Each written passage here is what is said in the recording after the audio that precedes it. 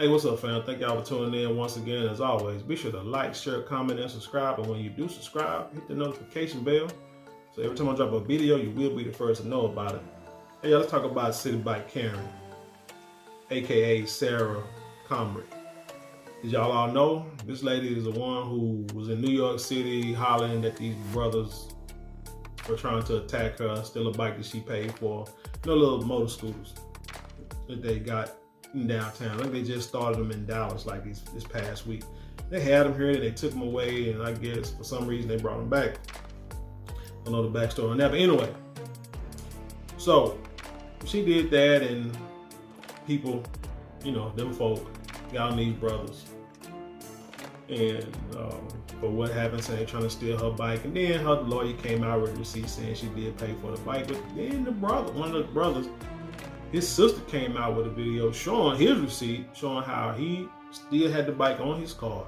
I think what she said he was going to do was, you know, you got to pay for it from one destination to another.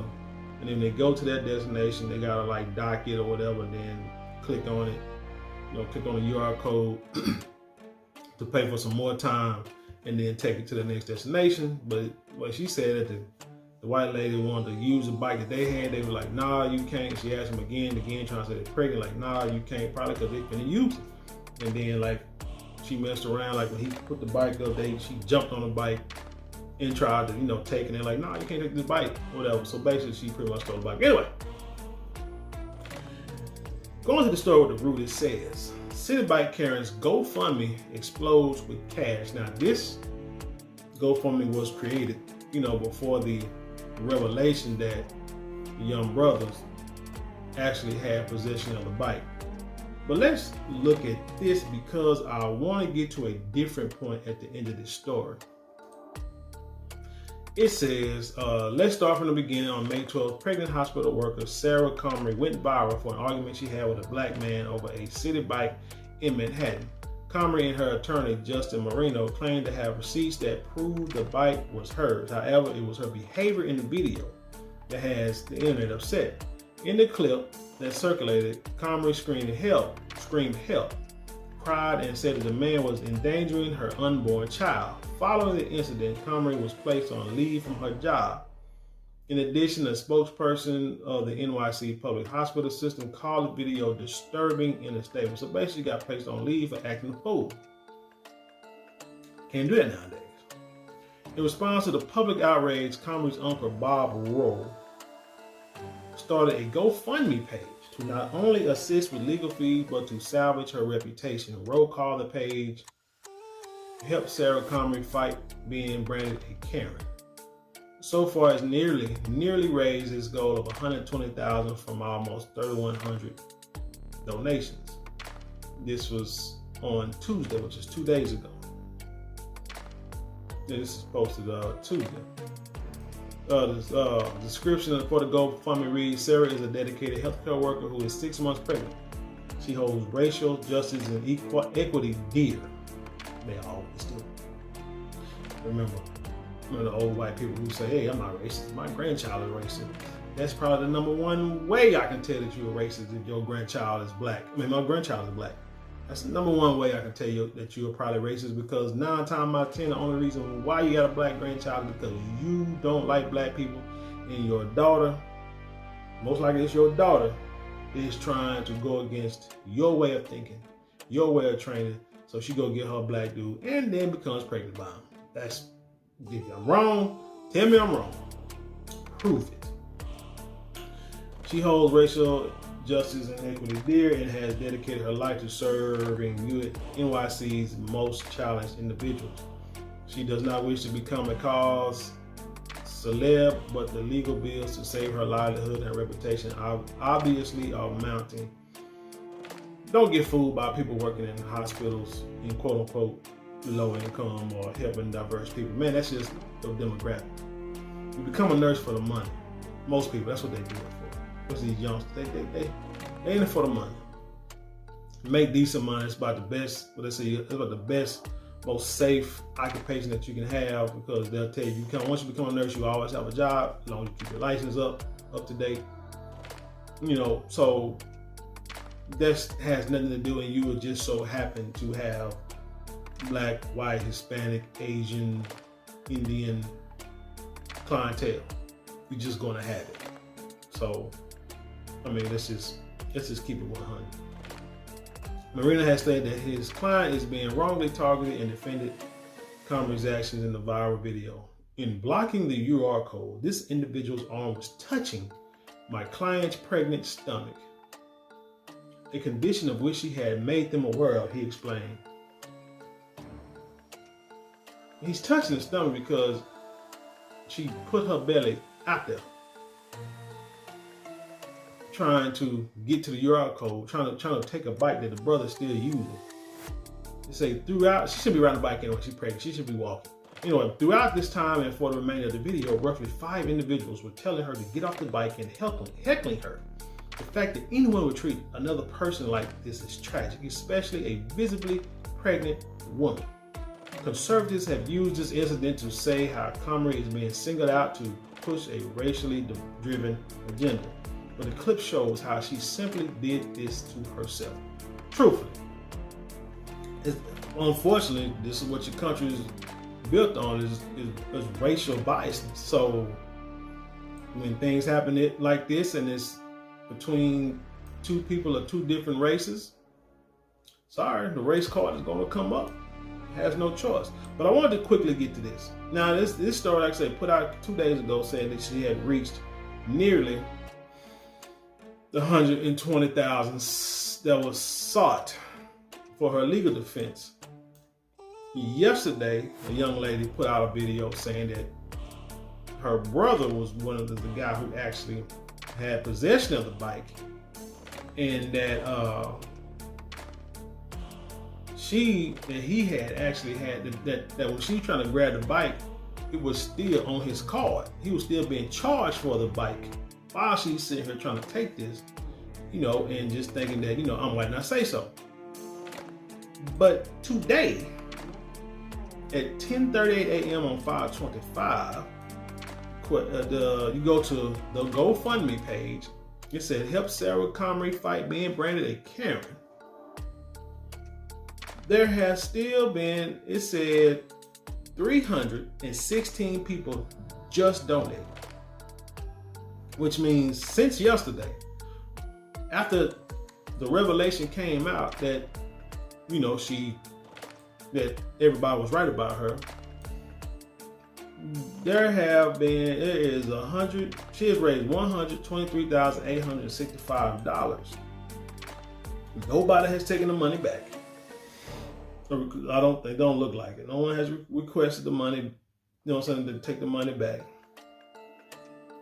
And let's see, you see all donations. Let me see if you can see all. Yes. Just like as of right now, say 37 minutes ago, someone donated $50. An hour ago, someone donated $25, $20, $20. In the last couple of hours, $25, $10, $10, $50, $25, so on, so on. So let's see, within the last 24 hours, let's just say 15 hours, you have all these people still donating. Anywhere from $10 on up, $5 on up, I see. People still donating to her fund. Why? Because they're on code. And as they should be. And that's how we should not get upset. We can look at them, laugh, and say, man, something wrong with these folks. But they're on code. They're going to protect one another. And again, there's no leader on code. This Sarah person, nobody knows her from man on the moon, they used to say. But she's in help, she's in need, she needs help. They're gonna come to each other's rescue. And that's why I said on one of the last videos, it's like with the brother that was choked out by the quote unquote ex-Marine, how his GoFundMe his fundraiser page got like $2.2 million, and the brother only got like 100 and, let me see, where is this? Jordan Neely got $150,134, which is great. I'm not knocking. That is damn good. But like I said, when you go to the other guys, which I don't have it pulled up, and I'm not about to pull it up because I already took the guy out of it. But you know, at the time when I last saw it, was like $2.2 million at the time. But this Sarah Comer, like I say, she has $123,000 and is nowhere near in the right. But it don't matter because stay on code. You protect your own. But I will go to like a positive GoFundMe page. It says Ralph Yarl's GoFundMe page. Let me see if I click on this. Put on that one. It said Ralph Yarl's GoFundMe page surpasses $3 million alleged shooter released on bond. So when Ralph Yarl was a young brother who was looking for his brother and was shot by the old white man because he went to the wrong house. Now they raised like I say, $3 million in over $3 million in GoFundMe donation. Let's see if it's still open. Probably not though.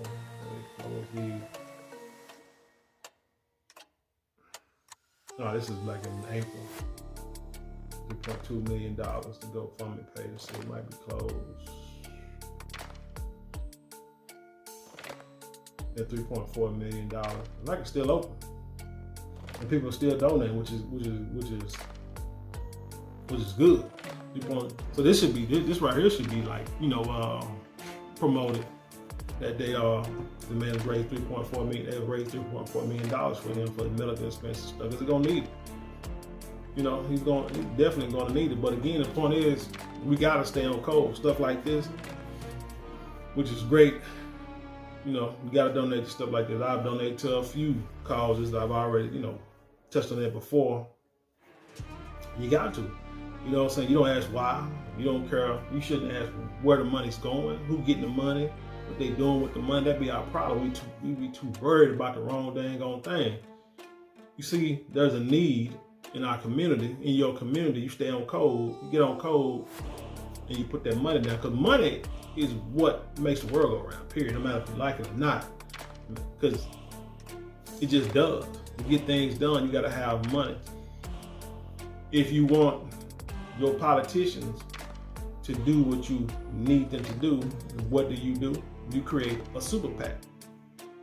Or you get a group of people that say, hey, we need to put money together to help support a certain candidate, to help get them in office. And that money will make sure that if you get in office, they're going to do what you want them to do. Because if not, you'll get them out of office and you'll get the next person in. And you'll make sure that as long as people in office and they're doing what they're supposed to be doing, you'll help with their campaign. That's how the game go. But again, like I said, you gotta stay on code. So they on code with this Karen. And logic says, shoot, you shouldn't be giving no money, but they're still giving money. What is that dude's name? Penny? What is his name? Jordan Penny. Oh, Give Send Go. Let's go. Daniel Penny. Let's see if his Give thing's still open. Okay, so he raised 2.7. I mean, damn near $3 million. Damn near $3 million raised for this guys, and they still donate. They say 6 minutes ago somebody gave $36. 12 minutes ago somebody gave $25. So they still putting money on this man's books, defending that guy, knowing he was in the wrong. So again, you got to stay on. I don't know how many times you got to say it, but you got to pay attention to what everyone else is doing and how they are becoming successful and how they are being profitable in promotion and doing right. And doing, just doing things a certain way. You can't hide from them. You can't turn your back from what they're doing. You got to watch it. And a lot of times you're going to have to mimic what they're doing to some level in order to get what you need. You got to show them that you ain't playing. You got to show them like, look, y'all they know how to stay on code. That's why they're in the position they're in. That's what we need to do. We stay on code with each other. Every time somebody we see needs help, then we there for them. And it's simple as that. I don't know if these young brothers got a GoFundMe. They probably don't need one. They probably don't need to, it's probably gonna go no further than this right here. See how the Lord just for the defamation and stuff, but it's not even going to do. It shouldn't even go to court because you can't be defamation when you actually showing the behavior that everybody's talking about. Anyway, tell me what you think about this story. Like I say, just gotta stay on code. You know what I'm saying? Glad the sister came out and showed that her brother was in the right. Them brothers hemmed themselves like gentlemen. They did realize that she was pregnant, because how many times have we seen, or could have been a case of they could have been cussing her out, slapping her, beat her up. We've seen videos like that where people will jump on a woman, pregnant or not pregnant, or jump on old people. You know, we youngsters will do that. These brothers did no such thing. They put a video out and recorded what was going on, how this crazed woman was acting, because they was in the right. If they was in the wrong, they well, now you got some young dummies that will pull videos out just so they can fight. But anyway, they handled themselves more professional, more mature than this lady did. And they should be commended on that.